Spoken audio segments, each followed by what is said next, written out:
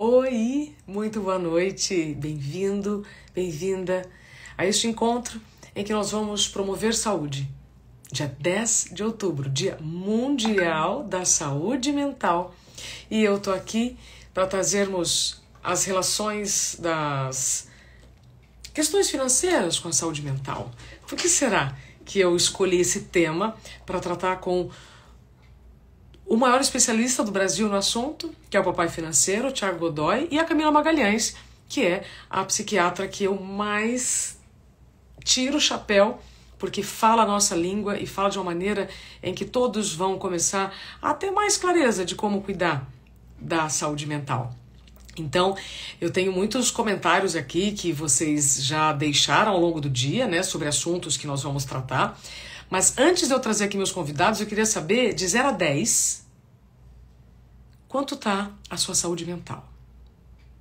Vamos lá. De 0 a 10, quanto está a sua saúde mental? Se você fosse dar uma nota, Rodrigo de Aquino, de 0 a 10, quanto está a sua saúde mental? A minha tá 10. 10. 10. Mas tô aqui, vigilância constante, não é, Everton?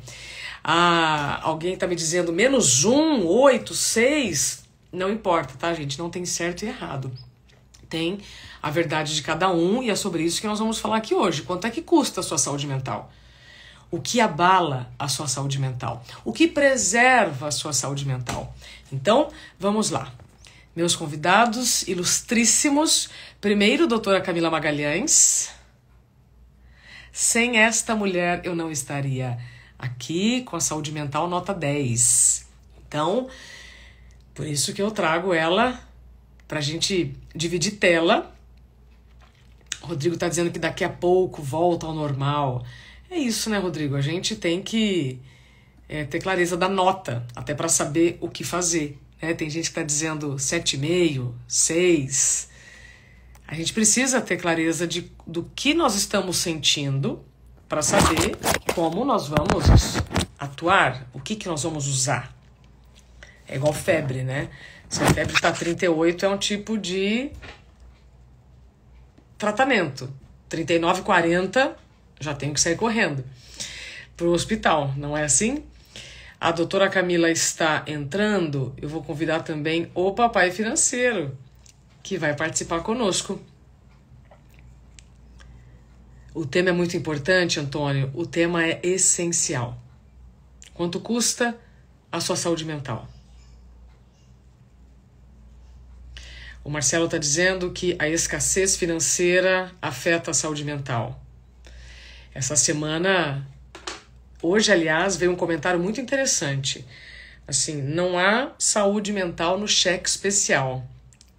Eu achei uma comparação bem curiosa. Eu vou convidar mais uma vez o Papai Financeiro, a doutora Camila Magalhães. Se não estiver rolando, gente, aí eu encerro e começo de novo. Porque às vezes tem, né, esses... Sabemos disso? Dinheiro mexe muito com o psicológico? Claro que sim. Olha ela aí! Tudo bem, eu já estava aqui, não sei o que estava acontecendo. Gente, essa elegância, para onde você vai depois? Não, tô atendendo. Precisa pagar os boletos. Olha, no Dia Mundial da Saúde Mental, ter um tempinho na agenda da doutora Camila Magalhães, prestem bem atenção, hein? Não me façam passar vergonha. Esta mulher é... Camila, eu sou muito grata a tudo que você faz por mim, tudo que você faz por todas as pessoas que passam pela sua vida. Você é a minha psiquiatra e eu gosto muito de dizer isso porque a gente ouve, fulano é minha dermatologista, não sei quem é o cardiologista, e psiquiatras são poucas pessoas que falam, não é? Então, muito obrigada por ter aceitado o meu convite. Obrigada, Isa. Obrigada. Como é que foi seu dia?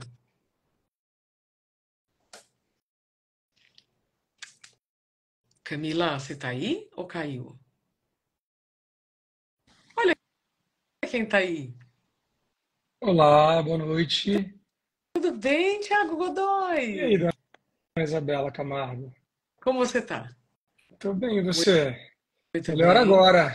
Melhor agora. É, A Camila caiu? parece que sim. Camila tá travada aqui na tela. Ah, eu não vejo ela aqui. Tá, Será que vamos travou? ver. Hum. Vamos ver, Cami, veja o que acontece, senão eu zero tudo e reinicio. Enquanto isso, Tiago Godoy, Ah, agora boa foi. noite. Foi, tô aqui. Estamos juntos. Pronto. Que coisa Obrigada por boa. ter aceitado o meu convite. Olá, Thiago. Oi, Tudo Camis, bem? tudo bem? Tudo bem. Vamos lá. Camila, eu quis propor essa live aqui com o Tiago e você, porque hoje é Dia Mundial da Saúde Mental. Nem vamos ficar falando aqui de tabu, nada disso, tá? Vão ser 40 minutos muito bem aproveitados para a gente falar sobre o custo da saúde mental. Tá. E hoje chegou um comentário curioso, né, Ti, dizendo assim: não existe saúde mental no cheque especial. Quem Uhum. quer começar a falar sobre o quanto o dinheiro afeta a saúde mental? Começa, Thiago. Eu. Olha, você deve ter várias histórias, né, Camila, nesses anos todos de experiência clínica. O que a gente sabe, né, do lado aqui financeiro e estando próximo das pessoas e ouvindo um pouco elas e tentando auxiliá-las nos seus dilemas, é o quanto que realmente a pressão financeira vai impactar a vida de uma pessoa. E aí, claro, vai depender muito do contexto dela, vai depender muito de como ela lida com os problemas, de uma forma geral, do nível do problema. Então, existem muitos fatores, mas, né, o que eu tenho percebido, desde que eu tenho mais prestado atenção nesse assunto, desde quando veio a pandemia, a gente fez um estudo lá na época, na XP, fizemos um estudo sobre ansiedade financeira.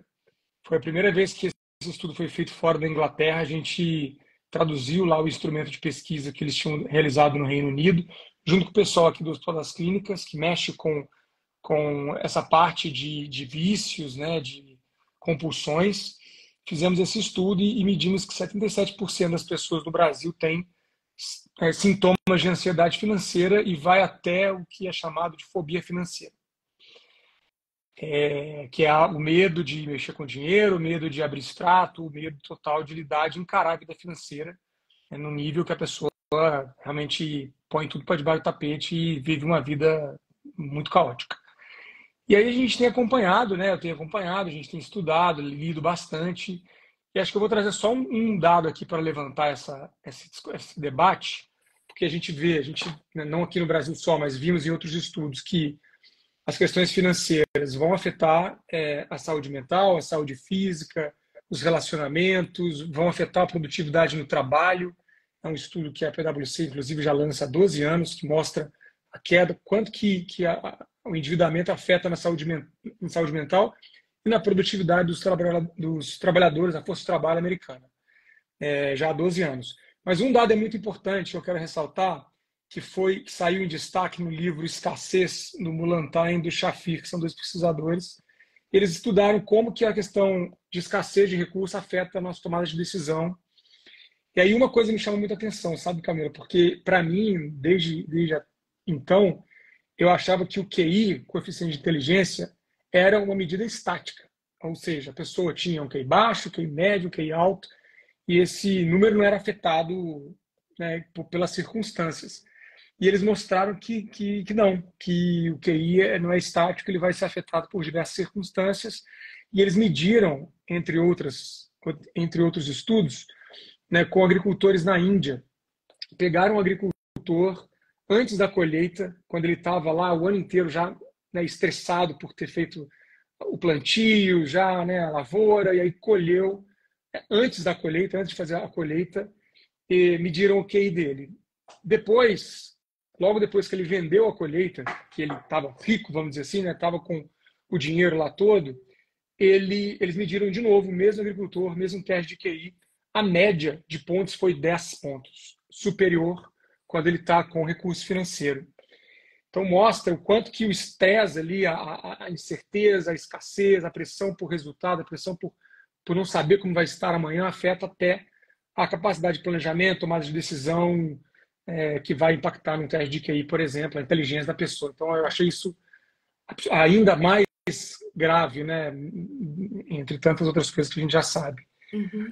Queria compartilhar esse dado aqui, porque é novo para mim.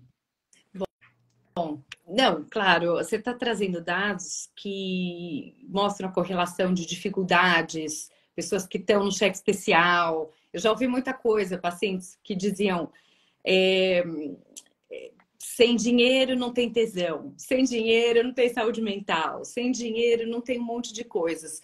Mas a saúde mental não depende só de ter ou não dinheiro. Então, acho que essa é a primeira grande questão, que quando você cuida dessa temática, a gente sabe que são tantos fatores, né? Tem gente que está... Ainda mais se a gente parar para pensar que nós vivemos num país adverso, que muitas pessoas, de fato, vivem no cheque especial, porque o dinheiro, a conta não fecha, né? E elas aprendem. Então, tem muitos estudos mostrando também que elas aprendem a ter algum tipo de saúde ou equilíbrio a despeito das adversidades financeiras. E a saúde mental depende do seu temperamento, da cultura, da genética, de sofrimentos que você vai ter na família, a diversidade que você tem na infância, de tantas coisas, né? De dificuldades que você está tendo com alguma pessoa em especial na família, no trabalho, no relacionamento. E óbvio que a gente tem a fantasia em pensar que se a parte financeira tiver garantida, todo o resto estaria mais fácil. Mas os estudos mostram que isso também não acontece. Não é uma curva ali tão simples assim, né? Até uma vez eu publiquei, a gente trocou, que tinha um artigo que mostrava que até $8.000 mudava muito o nível de felicidade das pessoas. Passa isso, não importa se ele vai ganhar mais, se ele é milionário ou bilionário. Tamanhos outros fatores e variáveis estão relacionados à nossa felicidade, né? Mas eu acho que esse é um assunto importante, porque a economia, ela pauta muito da psicologia moral, né? Então, o que acontece? Os estudos mostram que hoje, para as pessoas, mais importante, então, do que ela ser, é como ela vai se virar para ter. Porque a nossa cultura prega isso. E isso que vai trazendo um sofrimento muito grande. Só um parênteses aqui, Bela, eu sei que você vai se manifestar, só licença por interromper, porque a questão da pressão social, ela vai, claro, afetar de formas diferentes as pessoas. Mas hoje, inclusive, eu fiz uma postagem porque nesses últimos dias já foram algumas pessoas, mas no histórico tem muita gente, que me falam na seguinte situação: olha, eu tô com dívida, eu frequento uma igreja e eu não estou conseguindo deixar de pagar lá minha contribuição à igreja pela pressão social que eu me sinto pressionado e tal. Isso me chamou a atenção, de uma certa forma, porque eu, obviamente, respeito e cada pessoa tem a sua crença, a sua religião. Mas é muito interessante você ver que a pessoa se sente cobrada, às vezes nem está sendo cobrada. Pode ser que sim, pode ser que a pessoa ali, né, o pastor, a pessoa que está ali à frente, está fazendo alguma pressão realmente real na frente de todos para que ela pague, ela não tem o dinheiro. Mas às vezes nem é isso, às vezes ela se sente cobrada, ela se sente mal por não poder contribuir. E olha como é que isso afeta uma pessoa, né? Ela se sentir espremida financeiramente de um lado e se sentindo coagida ou internamente pressionada para poder cumprir com uma obrigação financeira, está se enrolando do outro lado por causa disso. É uma coisa muito complexa, sabe? É polêmico. Para quem está chegando agora, seja muito bem-vindo. Hoje é dia 10 de outubro, Dia Mundial da Saúde Mental, e você está vendo aqui na minha tela a doutora Camila Magalhães, psiquiatra, e Thiago Godoy, papai financeiro, especialista em educação financeira. Sabe quantas mensagens nós recebemos com perguntas para hoje? Mais de 50. Eu tava lendo aqui, ó. Bora. Se eu fizesse uma rodada de sim ou não, sim ou não, sim ou não, pode ser que a gente nem tenha tempo de responder todas, tá? Mas assim, sim ou não? Ter dinheiro é sinônimo de preservação da saúde mental? Não. Isso é muito importante, Camila, da gente trazer, porque a falta de dinheiro é vista como um adoecedor, mas o excesso também não é garantia de saúde mental, certo? Não é garantia de saúde mental, né? Que você pode viver só para isso e todas as outras áreas da tua vida estão completamente abandonadas e são elas as que realmente podem importar mais para nossa estabilidade.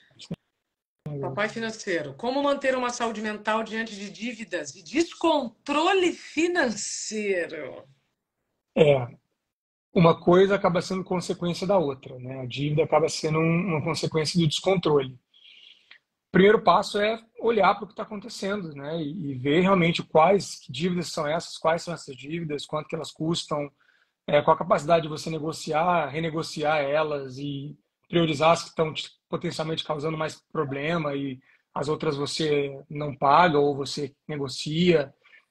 Acho que a saúde mental aí só vai realmente acontecer na hora de organizar isso e colocar um plano para poder sair dessa. Algumas pessoas conseguem normalizar e viver bem com 1.000 pessoas cobrando ela, mas não é o caso da maioria. Então, tem uma coisa aí que é a pessoa olhar para isso, encarar e enfrentar. Camila, agora vamos lá. Você, como uma das psiquiatras mais amadas desse país, hoje é o Dia Mundial da Saúde Mental. Como é que eu faço para preservar a saúde mental? Tá fácil, hein? Essa é uma pergunta de milhões. Bom, Dicas, Camila, primeira 3 coisa é a gente dicas. não achar que saúde mental é plenitude.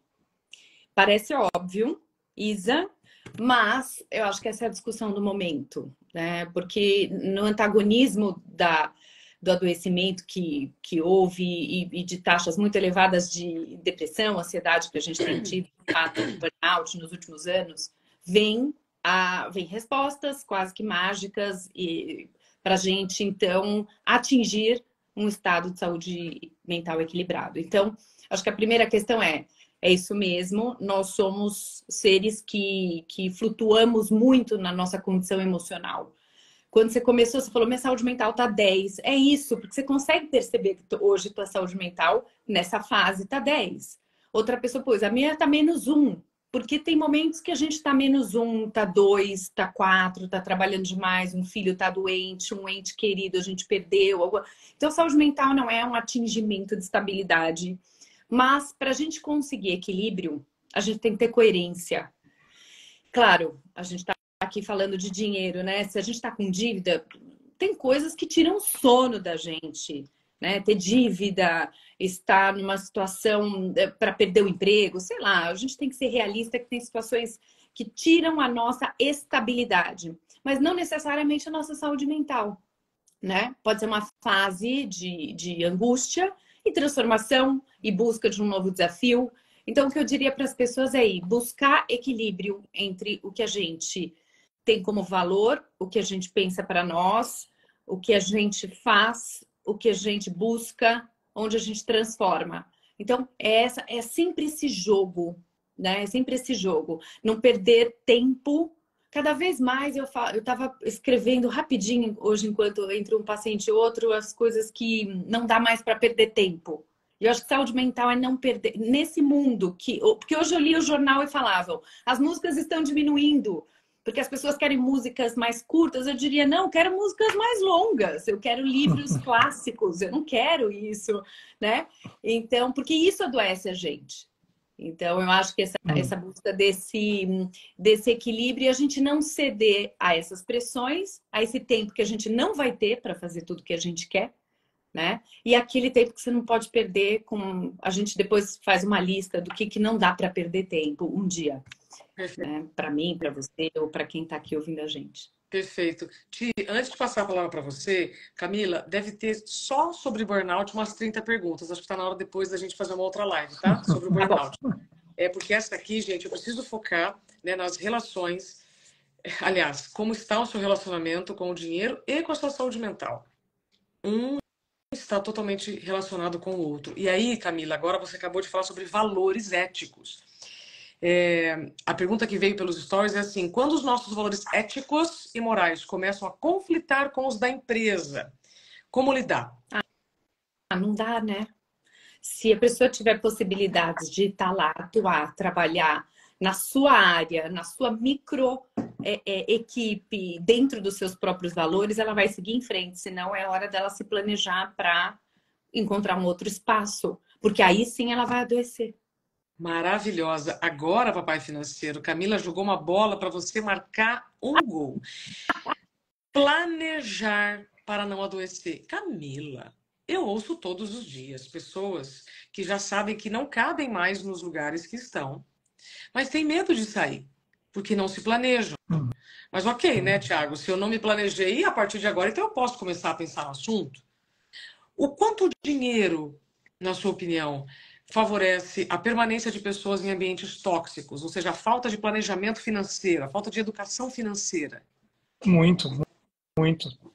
Eu recebo o tempo inteiro e vejo o tempo inteiro pessoas que estão vivendo uma situação insustentável, mas não conseguem, não só no emprego, tá? Acho que o emprego é, claro, uma coisa que vai ter é determinante, mas tem muito em relacionamentos também, que são tóxicos, que já não deveriam existir mais, e na maioria são mulheres, né, que vêm falar comigo, que estão vivendo uma situação de abuso e estão aceitando aquilo porque não tem condições de largar o marido, porque por conta dos filhos, e o cara pressiona financeiramente, ele faz, né, realmente um abuso financeiro ali em cima da pessoa. Então tem N situações onde a não independência em relação ao dinheiro acaba deixando a pessoa numa situação muito grave. Quando ela tem uma renda, é mais fácil. Quando é uma mulher, por exemplo, ou um homem, mas no caso a maioria é mulher ainda, quando a pessoa está no emprego onde ela já não aguenta mais um chefe tóxico, uma situação que não combina mais com ela, e ela não aguenta aquilo mais. Se ela conseguir, e a gente fala muito disso, né? Se ela conseguir se organizar para construir ali um horizonte de saída, e ela consegue fazer isso, vai depender, claro, de quanto que ela vai abrir mão ali durante um tempo, como é que ela vai conseguir gerar renda extra, e são algumas variáveis, mas ela consegue sim se preparar. Eu digo assim, uma, uma grana para ela viver 6 meses sem precisar trabalhar já é um bom motivador para ela sair de onde ela está e 6 conseguir meses. buscar. É um tempo suficiente para ela se reerguer, ela começar a buscar novas oportunidades, aceitar, às vezes, trabalhar em outra oportunidade de trabalho que tem uma renda menor, mas que ela possa, né, no meio do caminho também. Porque quando ela quebra essa ligação de um trabalho tóxico, de uma relação tóxica, ela já abre espaço para ela poder, né, desenvolver outras coisas. Então, é mais meio que uma situação crítica que ela acaba saindo. Então, 6 meses é um tempo que já faz uma 6 meses. diferença boa. Então, para você que está nos ouvindo, esse Dia Mundial da Saúde Mental, se tem alguma situação que você está vivendo, que você está sentindo que está contribuindo para o seu adoecimento, então vamos já inverter esse jogo, começar a... É custo fixo, né, Tiago? Pega o custo fixo, somos 6 meses, né? É a reserva de emergência, como a Luzia está dizendo aqui. A de emergência é esses 6 meses para você viver numa situação, vamos dizer assim, de preparo mínimo, né? Você tem que ter ali o que você. Não é para você viver o que você está vivendo quando está tudo certo. É uma situação específica que você vai colocar, então, é fazer o cálculo ali de quanto que custa a sua vida mais simples. É o que você precisa realmente para segurar a onda e abrir mão de uma situação que está te fazendo mal para poder se reerguer. Então, é 6 meses aí do valor que você precisa para viver. A Mila, Então, a isso já Moura... por si só é uma. Oi. Pois Então, não, isso por si só já dá para a pessoa um primeiro contato para ela definir prioridades, para ela definir o que é suficiente para ela naquele momento, onde ela vai realmente né, se organizar, se refazer ali financeiramente. A Mila Moura, ela acabou de colocar aqui nas perguntas, né? Como eu me planejo para sair do trabalho que estou? O que preciso pensar e priorizar? Então, você já trouxe a resposta. Agora, a doutora Camila Magalhães, Thiago Godoy, faz um trabalho espetacular em uma comunidade de São Paulo. Com pessoas que recebem muito pouco, né, Camila, do trabalho que fazem, aquelas que ainda trabalham. E aí o Thiago falou aqui de uma questão sobre dependência financeira. Mulheres ou homens que dependem, né? Mais mulheres dependem financeiramente dos homens. O quanto isso afeta a saúde mental? A dependência financeira por alguém, o quanto isso afeta a saúde mental? A dependência sozinha não, porque há quem dependa, mas os papéis e as parcerias são muito claras. Quer dizer, eu dependo de você financeiramente, mas mas eu tenho minha autonomia, porque eu tenho um papel, você tem um papel, que somados a gente vive bem nesse equilíbrio. Então, há muitas pessoas que, apesar de juntar rendas na família, ou um ser aquele que é responsável pela verba do mês, dá ao outro a possibilidade de ser independente. Olha que interessante. Essa é uma questão muito importante, porque a nossa saúde mental ela não pode assim estar condicionada a eu pago, você obviamente depende de mim. Se a pessoa tem uma vontade de fazer qualquer coisa, ela se sente mal, porque afinal eu não posso fazer nada por mim, eu não ganho meu dinheiro. Então, quando o outro, né, entende que o dinheiro não é o que rege ali a moralidade da família, do par, né? Pelo contrário, é mais um elemento dentre outras parcerias que aquela família produz. Isso é muito bonito de ver. E muitas vezes ali, a despeito de tantas dificuldades, mora a felicidade também. Porque as pessoas estão ali, tem redes de suporte, rede de apoio, rede de encontro, formas de uma auxiliar a outra.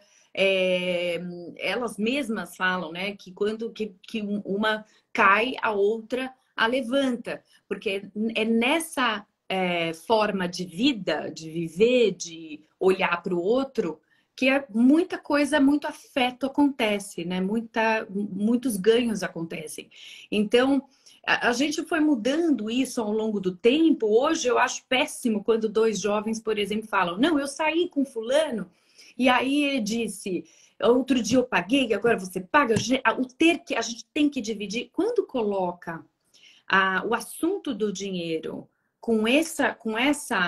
nesse tom, nesse formato de estabelecimento de uma relação, tá tudo errado, né? Aí você vai provocar no outro uma angústia. Então, tem que tomar cuidado com esse eixo que era eu pago, você depende de mim, ou a gente então tem as independências e cada um rigidamente contribui com o seu. Tudo isso afeta as relações, porque ela já não passa mais pelo sentimento, pelo combinado, pela moral, pela parceria. Ela passa, antes de tudo, pela regra monetária. E isso afeta imensamente a saúde mental das pessoas. Vai, papai, deita e rola agora.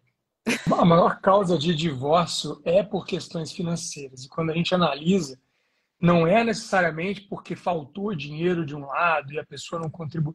É muito por esse desalinhamento de perspectiva mesmo. O outro não fala, né? Um não fala para o outro: olha, meu sonho é ter uma casa na praia. E o outro fala assim: é legal. E o meu sonho é ter uma casa na montanha. Então a gente vai buscar juntos construir isso tudo, né? E existe muito julgamento de uma parte na outra, né?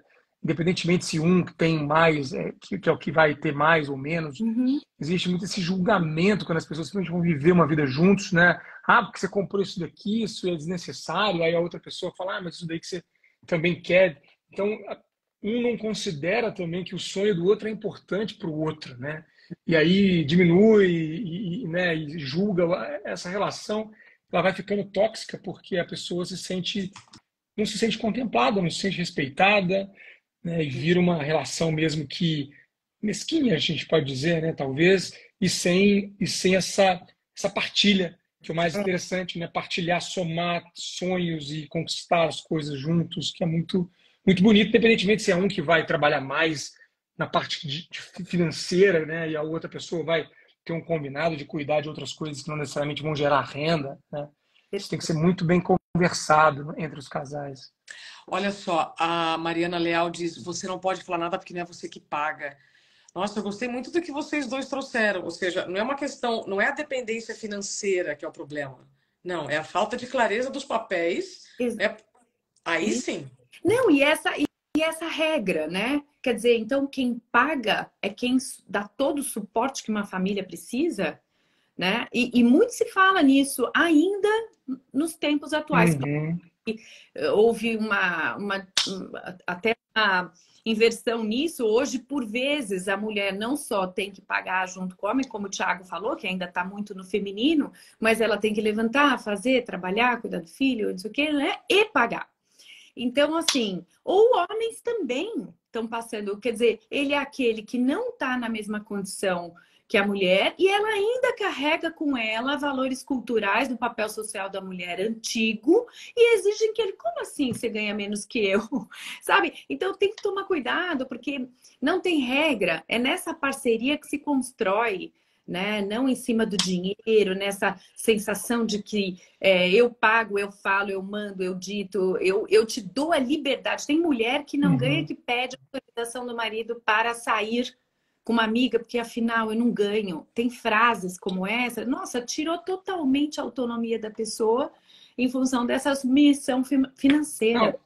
E eu já vi vários casos de mulheres que trabalham, ganham tão bem quanto o marido, e quem controla o dinheiro dela ainda assim é o marido. E muitas delas se separam depois de um tempo e recebo mensagens do tipo assim, olha, eu sempre tive renda, só que eu nunca administrei R$ 1 da minha renda, porque meu marido sempre foi quem pegou meu dinheiro, colocou, pagou as contas da casa, investiu lá, fez as coisas todas para mim, eu nunca tive que lidar com isso. Então não é só nem fazer a renda, né? Como é que a pessoa vai gerir a própria renda dela, que é fruto do trabalho dela. Só vou completar isso assim, brevemente, que eu ouço também, Thiago, às vezes um sofrimento assim, no consultório, que a pessoa está passando por uma fase difícil. Então, por exemplo, o marido está desempregado, então ele está passando por uma fase difícil e a gente não sabe quanto tempo isso pode levar para ele se restabelecer. E a pessoa, não aguento o marido em casa, ou usar frases, né, que se dizia no passado, né? Não dá, não vou aguentar essa situação, eu bancando, eu tenho vergonha disso. Aí eu digo, não, mas espera aí, quem é ele? Quem é o seu marido? Porque muitas vezes ele é alguém que tem vontade, batalha, se preocupa, se ocupa de coisas da família e da casa, tem um valor tremendo, mas passa por uma dificuldade que ele não tem necessariamente como garantir o tempo que aquela dificuldade vai levar para ele se restabelecer.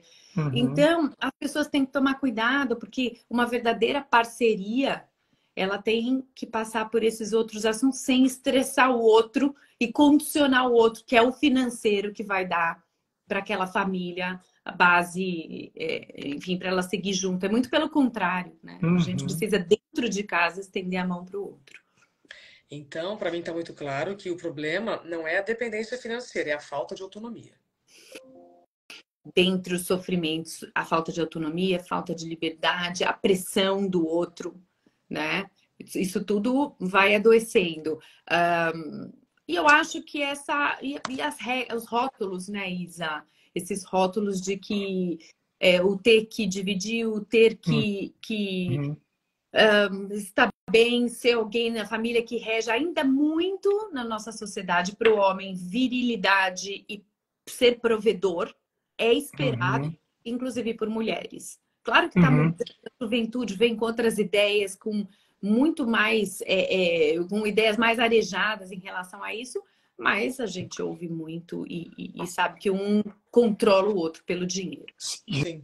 Você sabe que com endividados, né, eu fiz uma pesquisa com 400 pessoas endividadas, em grande parte das vezes o homem não conta o quanto que ele está devendo para a esposa, para a família, ele não conta a realidade.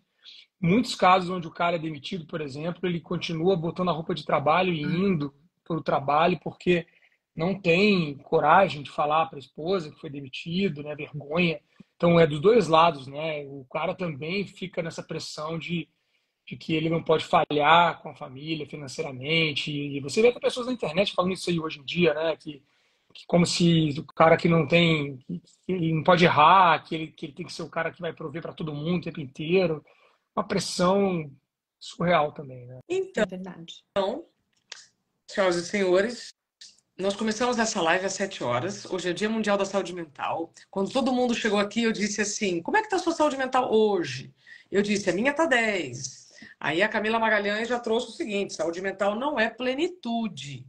Saúde mental não significa estabilidade emocional o tempo todo. Significa flutuar, não é, Camila? Lidar com altos e baixos imprevistos todos os dias. Para a gente encerrar, Camila, que o nosso combinado aqui é até 7h40, essa live ficará gravada, tá? Você falou coisas que nós não podemos perder tempo. E os contratos de tempo, para mim, é uma tecla que eu tenho batido muito, ela é fundamental, que são os combinados. E os combinados são fundamentais para a nossa saúde mental. Então, para quem está com a nota inferior a 5,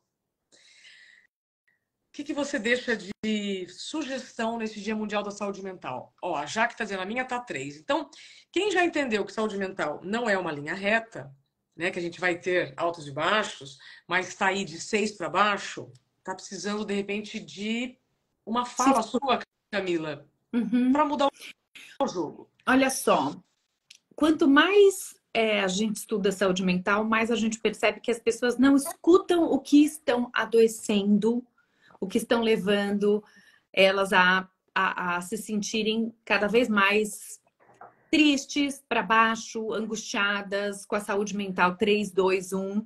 Porque flutuar é uma coisa, mas ela ficar abaixo da eutimia, daquele nível esperado, é algo que só a gente conhece a resposta. Ou seja, por mais que você tente buscar uma série de dicas e coisa e tal, o que vai fazer sentido para você não vai fazer sentido para mim.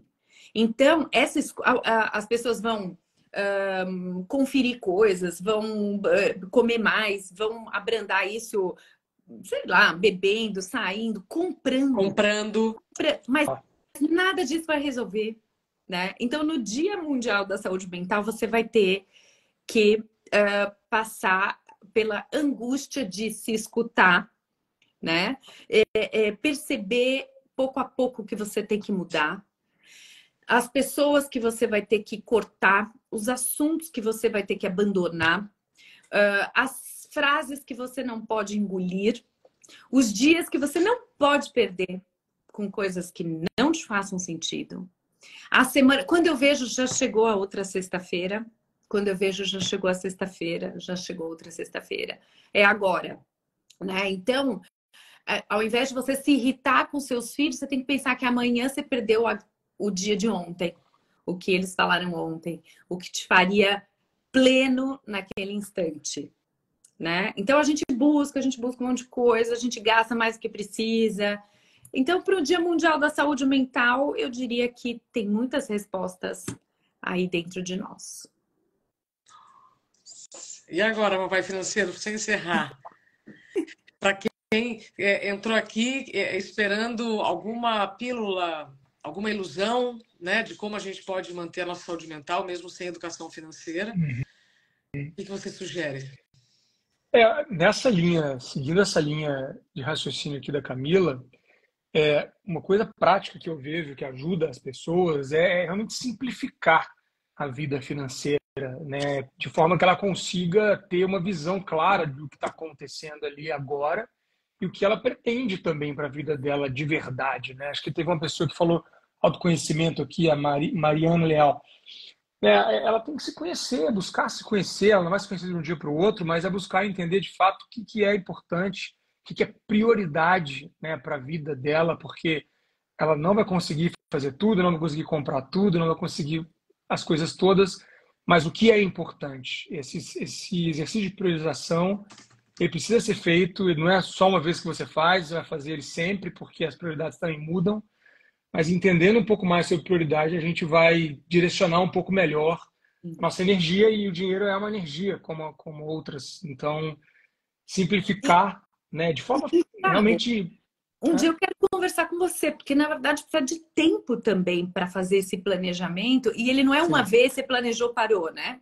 Desculpa a Isabela roubar o Thiago aqui da conversa. Precisa de um tempo, ele vai... A gente não quer pensar no dinheiro, Não. a gente pensa assim, deixa eu trabalhar e depois eu dou um jeito, né? Eu dou um jeito, que é o que as pessoas pensam. Primeiro que a gente não tem ferramentas, eu amo suas postagens, tenho que reconhecer, e vira e mexe eu encaminho para alguém alguma dica, alguma coisa, porque assim, a gente já não foi educado para isso, a gente vive no nosso país com... as pessoas vivem com pouco para elas suprirem as suas necessidades, gastam de forma não planejada e às vezes não tem visão do que realmente elas deveriam gastar né, que retornariam em algo para ele. Então, Perfeito. esse contínuo de avaliação, ele é muito difícil, né? Porque ele é um assunto que, como ele angustia, então as pessoas evitam, né? Mas isso é uma outra... Mas é muito bom que você levantou aqui isso, até porque, olha, hoje de manhã eu estava num evento que o Serasa promoveu, me chamou lá para participar. A única pessoa de fora lá do Serasa, eles fizeram uma pesquisa inédita sobre educação financeira infantil. Agora, Dia das Crianças, estão lançando a pesquisa. Vai sair bastante na imprensa esses próximos dias. E uma coisa interessante que eu não sabia, também um dado novo, perguntaram ali para os pais, 800 pessoas, o que eles tiveram de educação financeira na infância. E só 8% teve alguma orientação consistente dos pais durante a sua infância. 8%. Então, 92% das pessoas não teve uma orientação sobre como usar o dinheiro de uma maneira minimamente organizada. E aí, esse é um ponto muito importante. Porque a gente acaba olhando para isso tudo e fala, caramba, para eu chegar no nível tal, eu tenho que ser a pessoa que entende de bolsa de valores, de investimento, de taxa Selic. É tanta coisa que a pessoa fala, cara, não é para mim, eu não vou entrar, não vou nem dar o primeiro passo. E, na verdade, está muito mais ligado a você ensinar, por exemplo, uma criança, igual a gente vai ensinar ela eventualmente, a tomar banho, a escovar o dente, a colocar roupa, a secar direitinho o pé dela, senão vai dar chulé. É uma orientação que vai fazer parte da rotina dela de forma óbvia, que é olhar para as questões financeiras com, digamos assim, uma versão 2.0 do que você faz hoje. Então, quando você vai tomar uma decisão, claro, cada pessoa vai ser de um jeito, mas quando você toma uma decisão, quantos fatores você considera para tomar essa decisão? Você analisa isso? Você não tem que ter uma planilha para analisar isso. Você pode decidir por meio do que você foi aprendendo. Então, é mais ou menos assim. Quando você começa, vai tomar mais tempo, vai ser necessário que você pare um pouco para olhar a prioridade, para olhar renda, para olhar o que você quer fazer, porque isso vai impactar independentemente do seu perfil, da sua renda, dos seus objetivos. Isso pode ser, mesmo que a pessoa não tenha problemas, que ela não esteja endividada, ela pode sim fazer muito melhor do que ela está fazendo agora. Isso vai impactar em quanto tempo ela vai precisar trabalhar, quantas horas ela vai ter que trabalhar, até que idade ela quer trabalhar, se ela consegue, né, ter um plano para poder deixar de trabalhar em algum momento da vida dela, antes dela se aposentar lá na frente, ela pode antecipar isso, ter uma folga maior.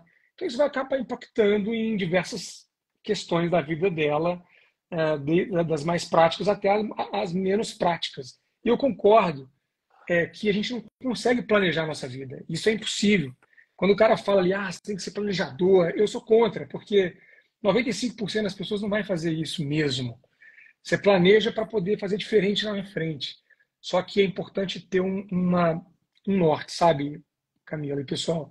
Ter pelo menos um horizonte onde você vislumbra alguma coisa para você começar a se organizar, senão fica caótico, isso dá ansiedade, dá mais angústia até do que fazer um planejamento. Muito bom. Não existe futuro sem presente. E para a gente estar presente, eu preciso estar com a minha saúde mental preservada. E a Camila disse aqui para mim a melhor frase do dia. Eu vou ter que passar pela angústia de me ouvir. Né? Como dizem, a cura está embutida na dor. Ou nós vamos resolver a causa da dor, ou nós vamos ficar buscando aí anestésicos e ilusões que não vão preservar nossa saúde mental. Então, para todos vocês que nos acompanharam, se quiserem continuar seguindo essas duas belezuras, Papai Financeiro, qual é a sua página? @Papai Financeiro, aqui. E doutora Camila Magalhães? @doutora DRA.Camila Magalhães. E a Caliandra Saúde, que também faz um trabalho espetacular nas empresas, certo? Certo. Obrigada, Camila, pelo seu tempo. Bom descanso. Trabalhamos muito hoje, não é? Então, em breve a gente se fala. Obrigada pelo seu tempo. Papai Financeiro, obrigada, tá? Aprendi muito contigo. Seguimos juntos, então. Essa live ficará gravada e a gente se encontra em breve. Saúde para todos. Beijo. Boa noite. Obrigada. Tchau, tchau. Beijo para